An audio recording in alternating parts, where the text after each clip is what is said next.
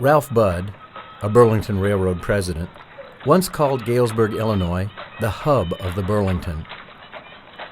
Galesburg witnessed many events from its ringside seat on the Illinois prairie.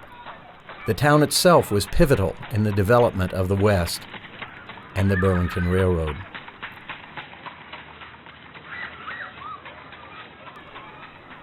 The little town weathered social as well as physical upheavals. The ideals of its founders at times clashed with the political situations of the day. Like many towns across America, the sounds of progress echo against the backdrop of another time. The town was founded by pious Eastern pioneers looking for black soil on which to start a college. Those early settlers could never have envisioned that within a few short years, the quiet hamlet of Log City in west central Illinois would witness the birth of an American railroad that would become synonymous with speed and style and would reverberate far into the future.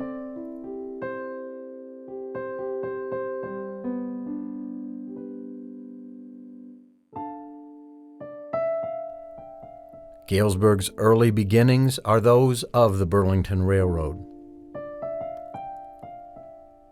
We seem to know those people who worked in the repair yard, who slapped the switch points at Seminary Street Tower, or who were summoned from their homes late at night and assigned to a train destined for some place distant.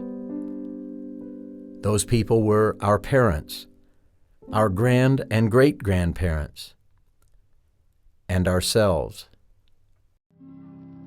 A railroader, a railroader, a railroader for me.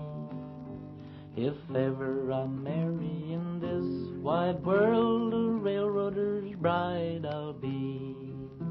Now I would not marry a blacksmith, he's always in the black. I'd rather marry an engineer that throws the throttle back. A railroader, a railroader, a railroader for me. If ever I marry in this wide world, a railroader's bride I'll be. I would not marry a farmer, he's always in the dirt. I'd rather marry an engineer that wears a striped shirt. A railroader, a railroader, a railroader for me. If ever I marry in this wide world, a railroader's bride I'll be.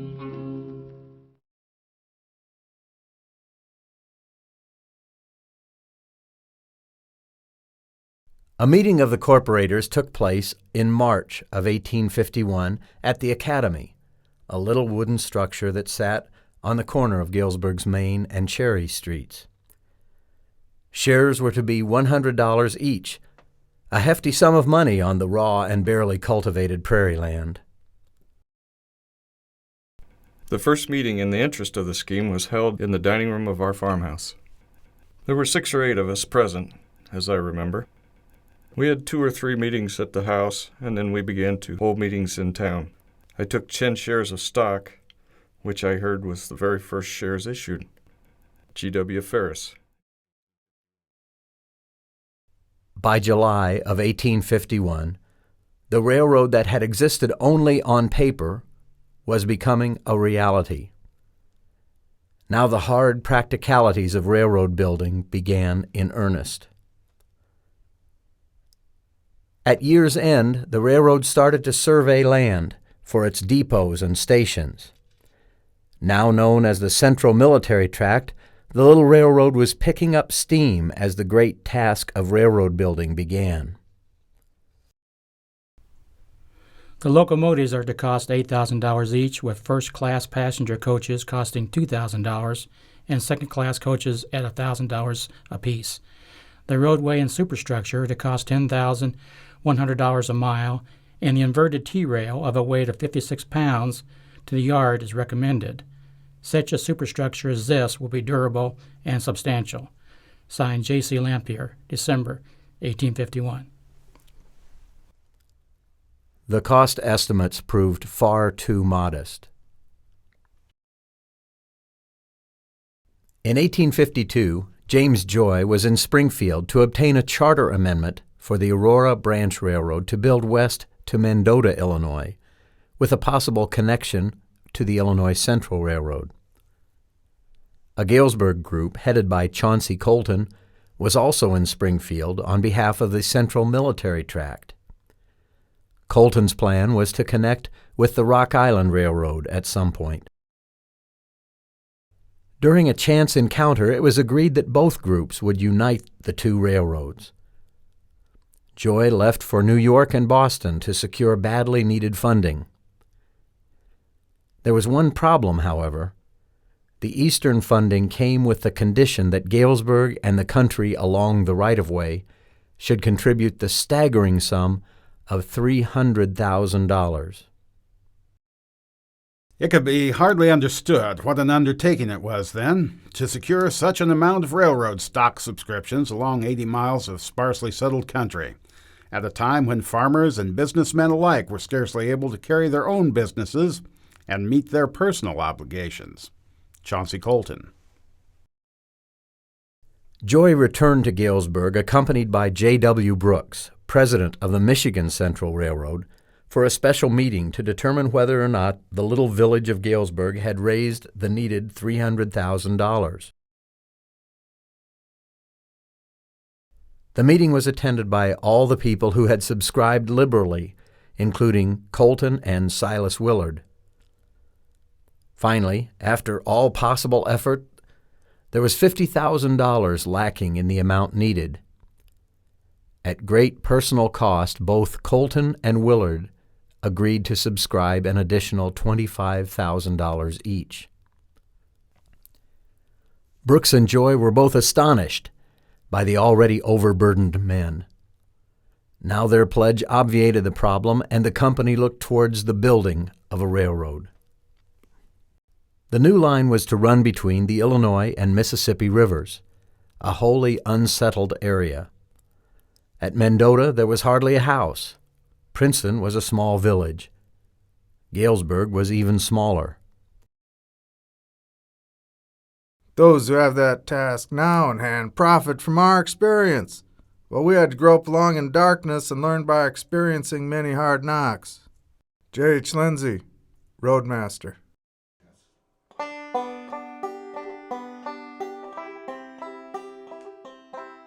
Huge piles of ties were stockpiled and were positioned to be put down. Tents stood where the tracks would be laid. The laying of track was a labor-intensive ordeal, with track gangs making 400 to 500 yards a day. The year 1853 was a very busy time for Galesburg and surrounding communities. Different factions were racing to complete lines to and around the city. Why, gentlemen, if we get this railroad, as I think we should, the time will come. I prophesize, I am morally certain, that there will come a time when 2 trains will reach and leave here daily. To the pioneers who crossed the prairie on their schooners, this prophecy must have seemed astounding then. But when compared to the Galesburg of today, it's hard to imagine only 2 trains.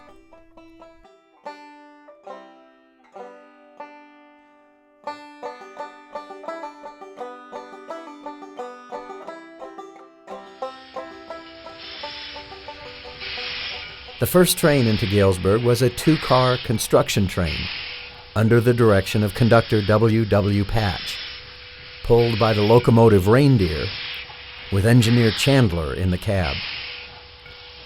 The train moved into town to a point just south of today's Amtrak depot.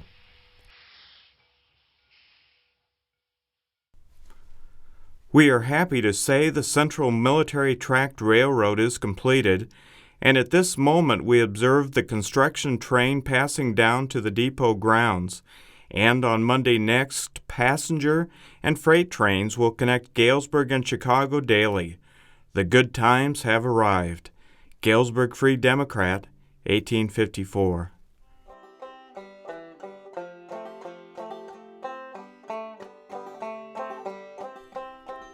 The early settlers believed they knew what a connection by rail to Iowa in the west and Chicago in the east would mean to Galesburg. The connections were too enticing to ignore. The fertile soil surrounding the strict and somber village had great potential, yet the conservative religious community of Galesburg was not fully prepared for the railroad seed that was being planted.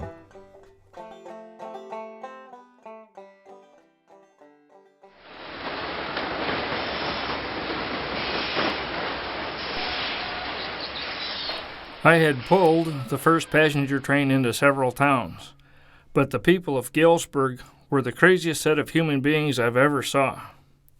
In spite of all I could do, I couldn't keep them from running through my train and all over it. Finney, conductor, Christmas 1854.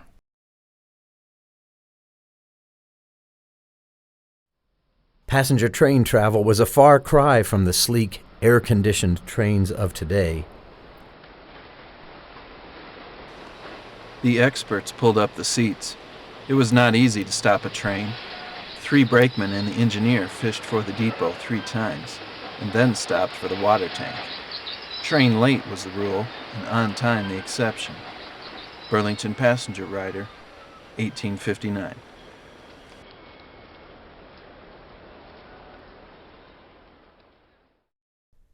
A train ready to leave town was approached by a crowd of pious townsfolk, led by the president of Knox College. The story is told that a tall, commanding figure stepped out of the crowd and raised his hand, ordering the engineer of the train to take his locomotive to the roundhouse, and that the train shall not run on Sunday. "Who are you to give me such orders?" asked the astonished engineer.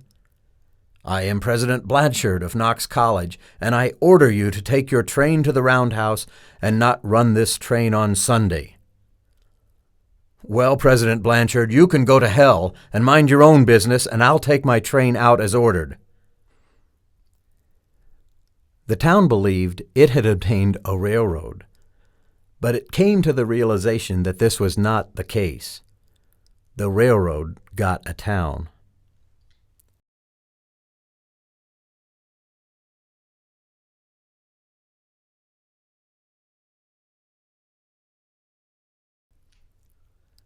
The focal point for the town shifted to the southeast corner of Galesburg, where the depot was located. A town station house defined a railroad's presence and, more importantly, a town's vitality and prosperity. Just before the Lincoln-Douglas debate at Knox College, Lincoln made his first visit to Galesburg. C.A. Hinckley, the son of Clarissa Root, met him one day on Main Street coming out of a barber shop, with his familiar shawl draped over his shoulders. When Lincoln greeted him, he asked Hinckley to walk with him to the depot, explaining that he was passing through and had been waiting on his train. Ernest Calkins, They Broke the Prairie. The railroad ran its operations from the depot, so not only was there a ticket agent, but also a superintendent's office and a full-time telegrapher. It was not long before Galesburg was propelled into problems that plagued larger cities. Almost from the start, the station house was a place of trouble and confusion. This was especially true when trains would arrive in the depot. In the passenger rooms and on the platforms, hotel runners and porters would crowd around passengers in a noisy and boisterous manner. Always there were passengers and many spectators standing upon the platforms when trains arrived. The upper portion of the station house was leased to an independent businessman who rented out sleeping rooms within the depot. This aggravated the other local hotels, who cried foul. A rumor was started that the money received by the Depot Hotel went to Chicago and not back into the community. All of this mixture led to the hotel wars of the 1850s in Galesburg. Now adding to the confusion, public notice was given for religious services to be held at the passenger house on the coming Sabbath. The intention was to start a tradition that an afternoon service would be held every week with a different clergyman of the city officiating by turns. The ideals of Galesburg's founders were feeling the impact of industry. Already, many burghers opposed the railroad.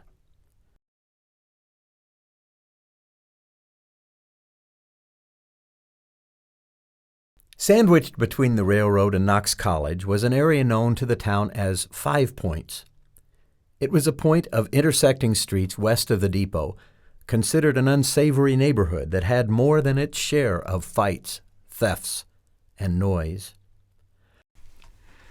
Almost nightly, the saloons spewed forth hordes of dissolute characters in all stages of drunkenness and with their breaths reeking with the fumes of the vilest concoctions that were ever sold under the name of whiskey. Every night the police were having trouble there, and the atmosphere was made hideous by drunken orgies and bacchanalian revelry. Galesburg Republican Register. People a half a mile away listening to the nightly uproar thought the depot to be on fire. Being so near the railroad, the points became the natural receptacle for all the tramps and sluggers from abroad, with plenty of liquid inspiration on every corner. Extra unused cabooses, known as way cars on the queue, were stored close to the depot, and this proved to be perfect shelter for the bums in the city. Complaints of pickpockets at the depot were commonplace.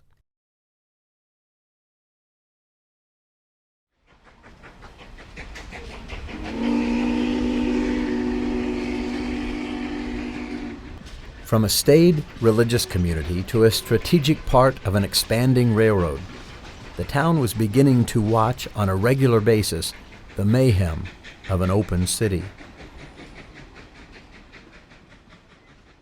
Convicts were brought by train through the city with a stop at the depot, and the railroad trainmen themselves were in harm's way, for they were dealing with the hardened sort of hobo. In the early years, the railroad and the city grew side by side. Railroading was a rough business, and the south end of Galesburg reflected the railroad industry.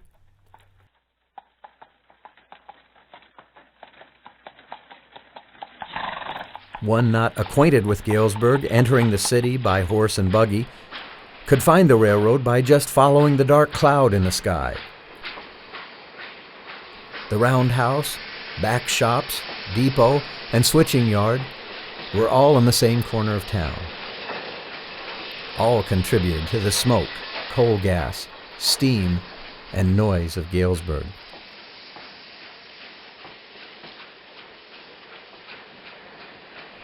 At 30 years old, Henry Hitchcock moved to Chicago and entered employment with the Michigan Central Railroad. He attracted the notice of Colonel Hammond, then superintendent of the CB&Q. As a result, in 1856, Hitchcock was appointed assistant superintendent and headquartered in Galesburg. In 1866, he became superintendent of the Galesburg Division. During his tenure, the CB&Q was the first railroad to take a stand on the temperance question, requiring sobriety on the part of employees.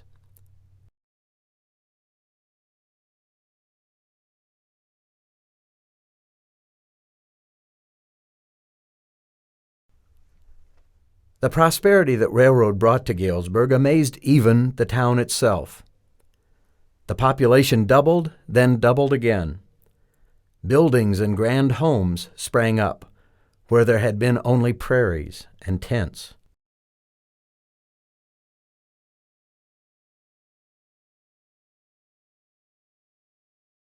Galesburg would have a great depot befitting its newly found stature. In August 1883, the town got its first look at the plans for its new depot, and what they saw was a magnificent structure. On top of the depot was a weather vane that was made to resemble a miniature locomotive. The gilded iron vane was 8 feet long and weighed 100 pounds. Initially, the vane was a movable type, but after only 1 year, it was set to a fixed position. A supply of 19,000 bricks had been stockpiled, but the job took at least 100,000 more. The splendor inside must have impressed all who saw it. Lofty arched ceilings and fireplaces were surrounded with old-fashioned and figured stained glass windows. The dining room had a mantel of cherry wood. The depot, as a center of an immense railroad business, was like the spoke of a wheel of over 500 miles of railroad. Among the railroad's offices on the second floor were those of the superintendent of the Illinois lines and the superintendent of the Galesburg division, plus over 20 men staffing the dispatcher's office. The problems of noise and confusion associated with the original depot were corrected with the imposing structure that now existed. "Well," said a prominent CB&Q official to us the other day, "the people who have made it a habit to lounge around the old depot, to make it a sort of rendezvous, will not be tolerated around the new. Thank God." The first train to stop was passenger train number 13, which reached Galesburg at 3:25 in the afternoon. The cadet band furnished the music, while an immense throng of people assembled to celebrate and enjoy the event. On May 17, 1884, the new brick depot opened to the public. Even though the depot's companion freight house survived until 1926, Galesburg's station house lasted only a few years after a terrible fire in 1881. Repaired, it lasted long enough to see its replacement, and the old wooden depot sat alone. The station house that had survived numerous fires, weathered the railroad strike of 1877, and watched Stephen Douglas disembark from his train to debate Lincoln, stood deserted in the daylight as the life on Prairie Street had vanished. And then the little depot disappeared from history. Because of its rapid expansion due to the success of the railroad hub, Galesburg had the political muscle to capture the county seat in 1873. Galesburg left Knoxville the courthouse because it could not move it, and the public square for the same reason. The Knoxville Journal.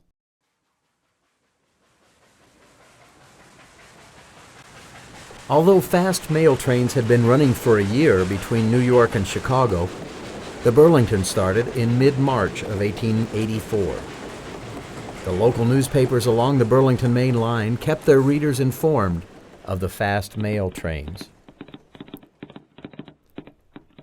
Just a few short years later, the Burlington received a telegram in Chicago that business tycoon Henry Mayhem was asking for a special train from Chicago to Denver in order that he might reach the bedside of his dying son. The run caused great excitement all along the line. The dispatchers at the depot gathered around the telegraph machines all night and watched the time of the flying car and its lonely occupant. Galesburg, like many communities, played a part in the fast but sad one-car train. With no advanced warning, the Burlington set a record for speed that was unmatched for years.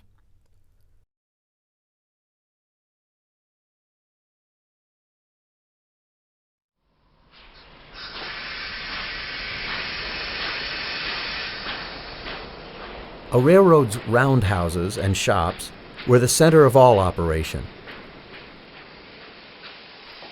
Located in downstate Illinois, Galesburg had multiple main lines and branch lines for which it supplied motive power. Galesburg Division would boast in 1899 of having the most assigned locomotives of the system. Galesburg's first roundhouse was said to be 80 cord big, encompassing 16 stalls. In 1854, 10 acres of ground were purchased south of the roundhouse for car houses, machine shops, and a blacksmith shop. The new machine shop was under direction of Billy Wilson. By 1857, the engine department gave employment to 147 men. No single man epitomized the Galesburg roundhouse more than Robert Colville. Born in Scotland in 1839, Colville came to America as a child and rose to become master mechanic of the Galesburg Division. A polished and courteous gentleman, it was said that there was no man better known and respected to the men of the Q. Better have things in shape, Bob Colville might be coming around. And us kids had a saying we took from the grown-ups. When a kid talked big and gave orders like a boss, he would hear from the others, "Who do you think you are, Bob Colville?" Carl Sandburg. Inside Galesburg Roundhouse, a locomotive was moved, and Robert Colville was killed.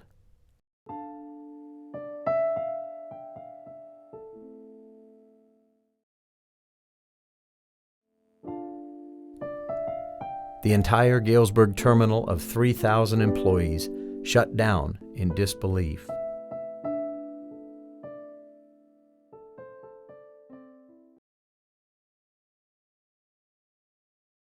As track and rolling stock improved, so did the locomotives. Both the locomotive and car shops struggled to service and maintain the rolling equipment. The roundhouse has many dismantled engines, like ghosts of strength and power, and upon their tops and sides and underneath are many dark and grimy goblins, pounding, scraping, and hammering as if to exorcise the demon of unrest and bring back the soul which once dwelt in the ribs of iron and plates of steel. National Republican, Washington, 1882.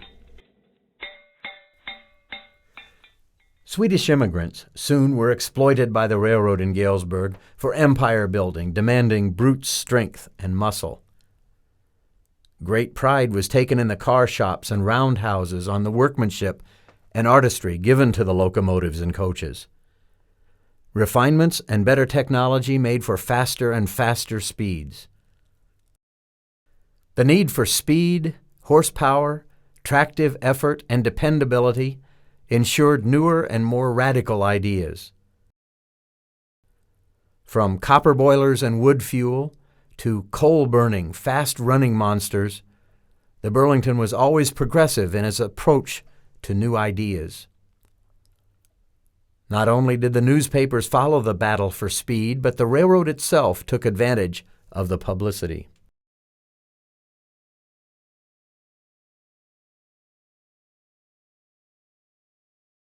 In 1895, the public had a fascination with the famous trio of Baldwin Greyhounds, which started with the 590.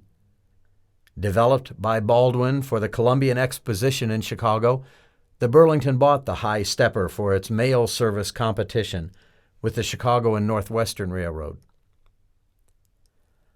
For a week before being placed in regular service on the fast mail, the 590 was run back and forth between Chicago and Galesburg at speeds over 100 miles per hour. The limits of this locomotive were felt to be compromised by only the nerve of the engineer. The 590 was photographed here by Allen Green, a Galesburg man whose railroad photographs have come to be considered historic treasures. "All records broken," read the headlines of January 1906. Engineer E.R. Smith broke all records on the CB&Q and probably has the record for the fastest run ever made by the mail trains out of Chicago. At some places, it was reported Smith ran so fast that it caused the hair on the heads of the mail clerks on board to stand straight up. Other engineers took their shot at the record. In the same month, engineer Frank Bullard of Galesburg ran train number 8 from Burlington to Chicago in 184 minutes. His name had been flashed to all the newspapers all over the country as the engineer on a fast mail train that set a new world's record for locomotive and train speed. I remember him as a square-shouldered, upstanding man with a head of black hair, black mustache, walking cool and taking it easy. And I would say, I hope he breaks another world's record. Carl Sandburg, Always the Young Strangers. The Galesburg newspapers, as well as others, were reporting speeds and times, adding another motivation for faster and faster runs. The nation's railroads themselves charged the public's mind with fast speed.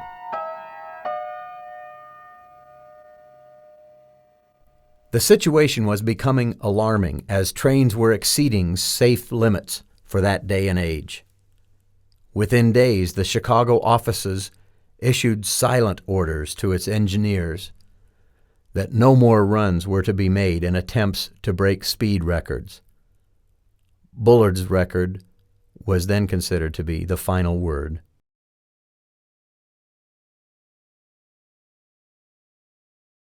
The railroad had long dropped any reference to the old and reliable.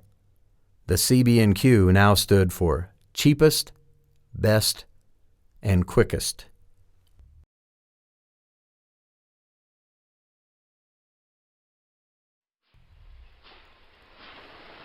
Galesburg's car shops were an important part of the city's railroad industry.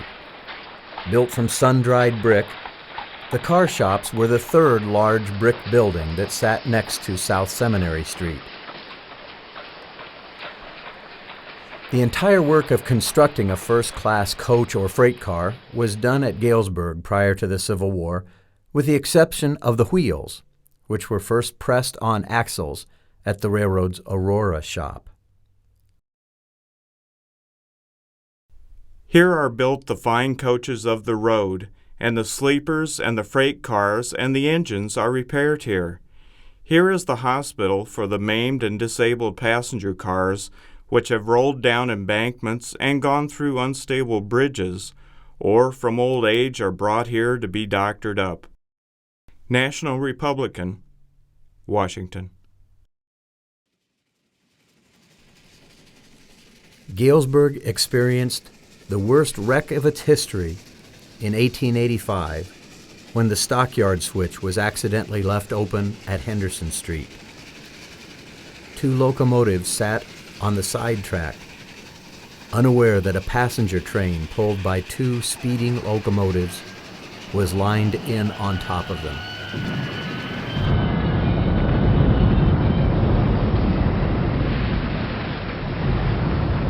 In the carnage that followed, a fireman was caught beneath the mass of steel and pinned there.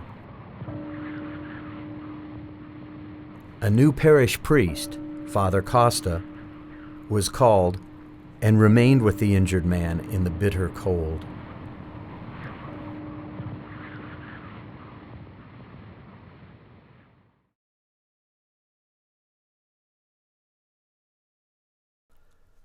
The railroad brought over 3,000 Swedish workers to Galesburg by the 1880s, where there had been almost none to be found in the 1840s.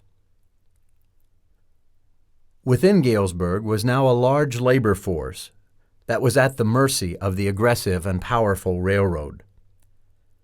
Specialized crafts were given huge amounts of responsibility at very low pay rates.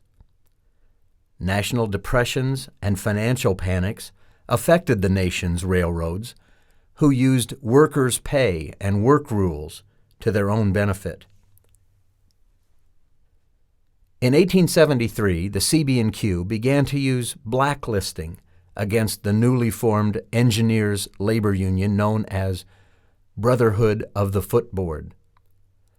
A nationwide strike erupted, which affected Galesburg. Civic responsibility was called for by Galesburg's newspapers. Some of the founding fathers called for social restraint. A group of strikers themselves took responsibility for protecting the railroad's properties. Soon the immediate issues were settled, but smoldering embers of resentment remained. For the next 10 years, company officers who showed any sympathetic notions to the labor force were removed from manager positions, thus setting the stage for the Great Q Strike of 1888.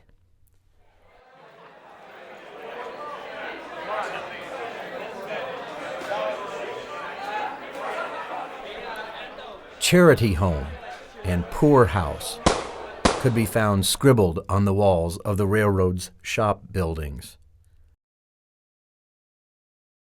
Amid heightened tensions, rumors, and misjudgments, the National Guard marched to the depot to try to put a lid on labor unrest. Dynamite used in Galesburg's switching yards by allegedly disgruntled employees heightened tensions again, so that by 1888, the railroad enlisted agents of Allen Pinkerton's detective service. The Pinkertons had agents spying on and reporting to the railroad on the actions of railroad employees. Now the Pinkertons were protecting not only the railroad property, but arranging for men to patrol Galesburg's neighborhoods.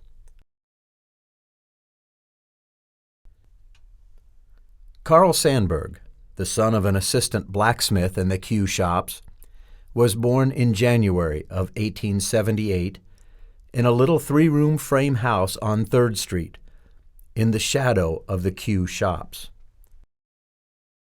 I was a little 10-year-old partisan.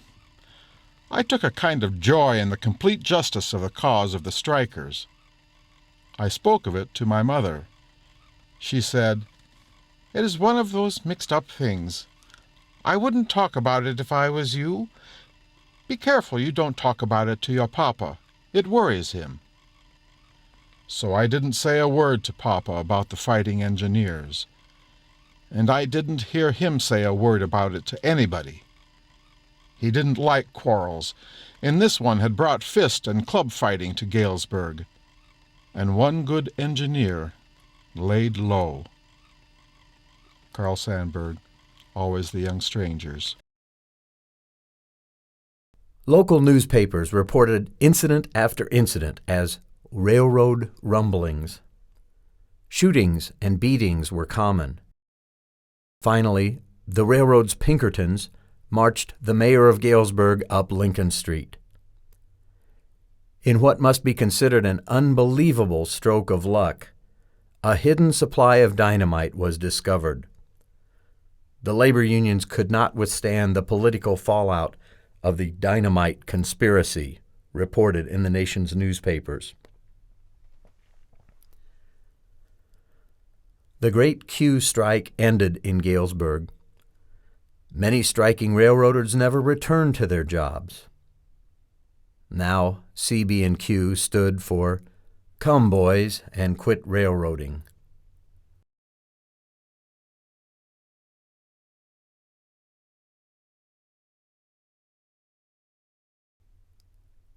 Galesburg's first yard consisted of 2 tracks and a stub track behind the depot in 1854.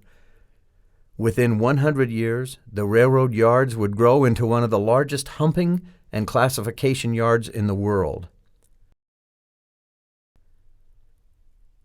After the turn of the century, Galesburg saw major improvements taking place. A large wooden coal chute was built alongside the new roundhouse in 1903. The railroad was already eyeing a great stretch of land to the south, as the old freight yard in town was becoming too small and inflexible to meet the needs of a growing railroad. Decisions were made to expand to the south with a system of sorting freight cars faster than the conventional means of flat switching. Hump operation was based on a gravity system where a long string of freight cars would be slowly pushed by a single locomotive up an incline to the top of a hump. Each freight car would be let go down the other side to finally stop on the designated track. By late 1905, 10 track gangs were working on Galesburg's new yard south of the city. There were gangs of Greeks and Italians, each with their own interpreter. Grocery wagons filled with all kinds of edibles journeyed to the yards night after night. The men drank a mixture of oatmeal and water. This was not to quench thirst, but to produce strength. Track workers died under the hot sun. A roadmaster once remarked that the only records the Burlington kept on track workers were when section men were hired and when they died. 2 subway tunnels, paved with brick with cement curbing, were installed under the new yards, one in the middle of the yard and one further south. When the new yards were finished, switching operations were abandoned, and in short order the old tracks were torn out. Initially, the gigantic hump yards did not live up to expectations. From the start, the railroad had been handicapped by a lack of experienced hump switchmen. Many small smash-ups required a wrecker to be placed near the humps. Also troubling was the occasional failure of the handbrakes. If you think there's no hereafter, and hell you'd like to jump, make your will and come to Galesburg and go braking on the hump. J.S. Clayton, 1923. If a car was allowed to go on its own accord, it would crash into the standing cars on the sorting tracks. It was the duty of the rider to manipulate the brake on the cars he was riding down the hump and control the speed of the cars. The idea was that when he reaches the track where they are to be made up, the brakeman would be able to bring them up to a stop as they gently bump into the cars already stopped on the track. Sometimes 2 strong men pulling on brake clubs stuck through the handbrake wheel could not slow or stop the rolling tonnage. The death toll was appalling. Many men considered themselves lucky to have survived Galesburg Gravity Yard with only the loss of arms or legs. Mama, mama, mama, have you heard the news? Daddy got killed on the CB&Qs. Shut your eyes and hold your breath. We'll all draw a pension up on Papa's death. The riders worked 12-hour days and were paid 32 cents an hour. A woman once asked, "Don't the cars smash into each other on the side of the hump?" The railroad brakeman assured her that they could apply handbrakes and slow down any car. "But what if the handbrakes should fail?" she asked. "What would happen?" The brakeman looked grave for a moment and then replied, "That, my dear madam, would depend altogether on how we lived upon this earth."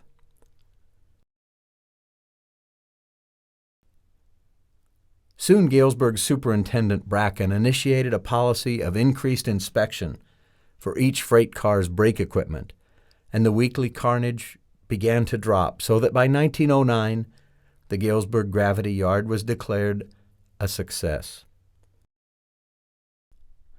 Railroads were built on the backs of their employees. No better example could be found than one of the largest and most modern timber-preserving plants in the United States.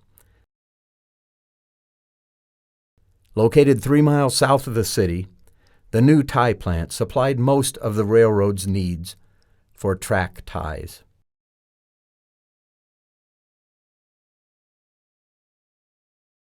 Galesburg was now growing into a modern railroad center. Some changes were by design and some were accidental. In April of 1911, the brick depot of 1884 gave way to a horrific fire. As the word spread, a huge delegation of high school boys left school and joined the crowd of thousands at the depot.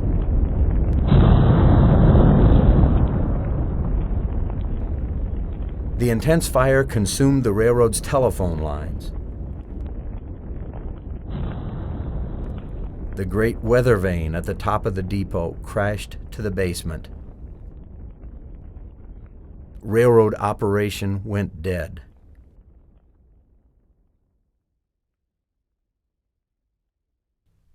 Soon a new depot would be built on the ashes of the old.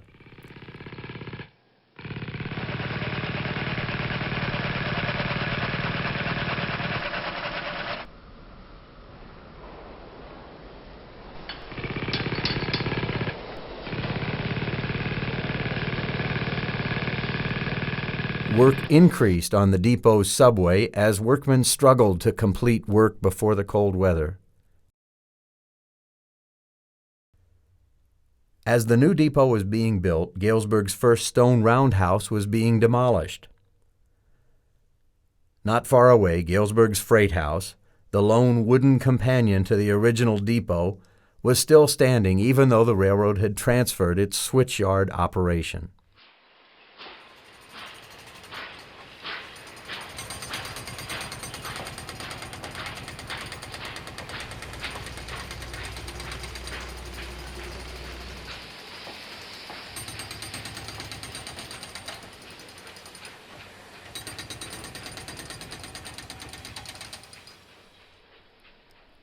The depot was soon finished and quickly became the heart of Galesburg, as many considered the new building superior to the one the railroad had in Chicago.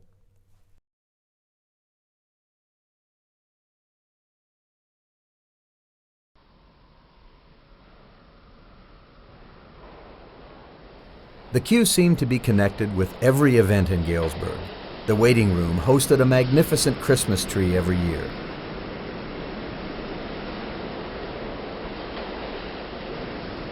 Clubs, organizations, and groups all chose to meet and be photographed at the depot.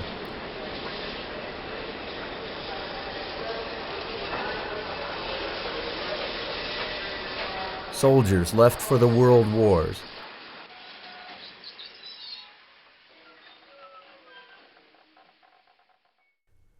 Greer's restaurant stood ready to serve hungry passengers and Galesburg.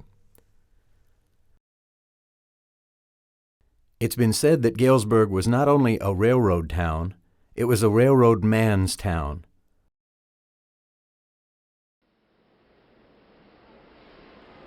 American presidents made it a point to stop at Galesburg, as did Harry Truman in May of 1950.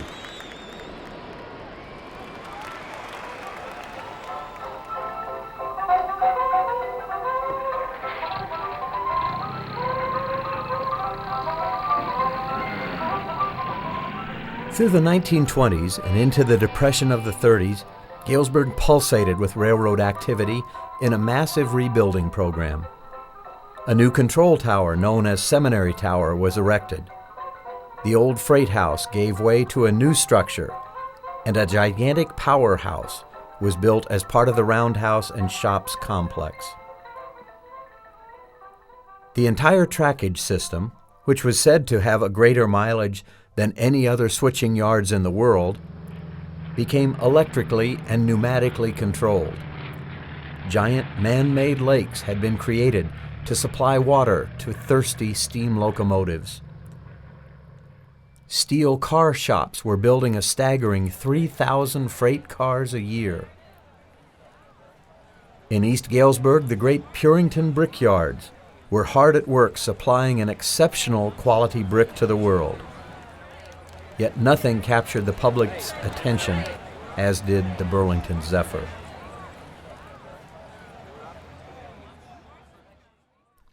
During a heated mayoral race, a candidate addressed the people of Galesburg and asked, "Do we want a boxcar rider to be our next mayor?" not realizing to what extent the town was a railroad town. The unfortunate choice of words galvanized the citizens into electing David Lindbergh, a CB&Q railroad brakeman, mayor in 1941.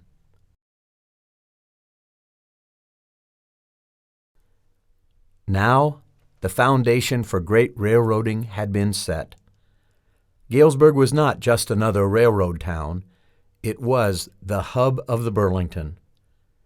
The entire trackage system was said to have a greater mileage than any other switching system in the world. Without a doubt, Galesburg was the capital of the Burlington Railroad.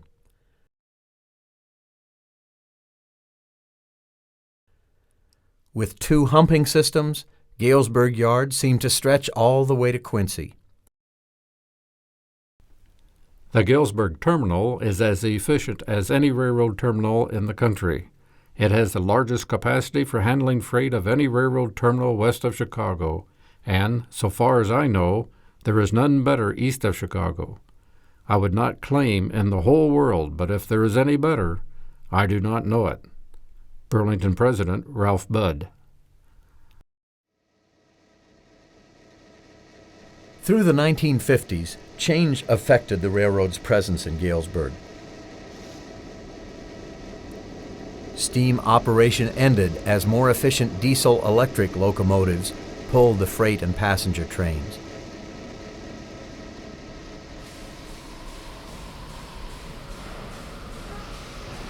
Inside the roundhouse, the great machines stood ready as the call for steam power ended.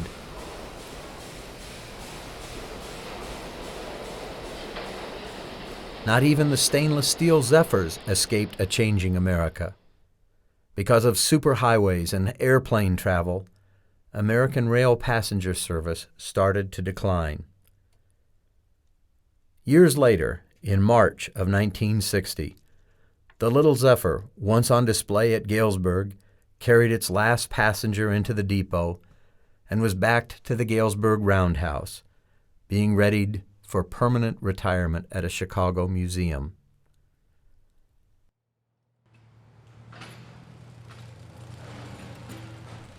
Now the last remnants of the original railroad gave way to the wrecking ball.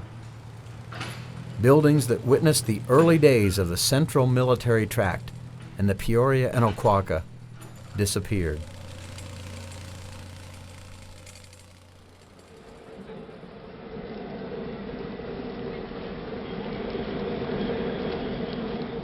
Diesel-electric locomotives and better communication systems compounded to reduce the large labor force in Galesburg. Men and equipment started to disappear from not only the terminal, but all over the nation's railroads.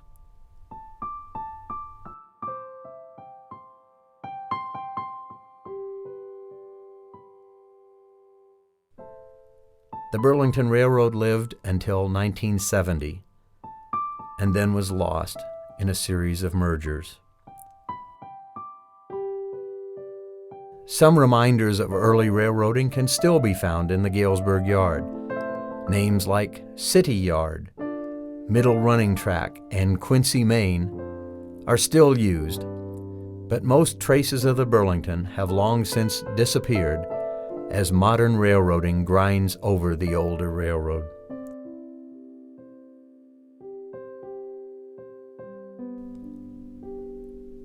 Today, it's hard to visualize the dynamics and human drama that played out here in the last 150 years.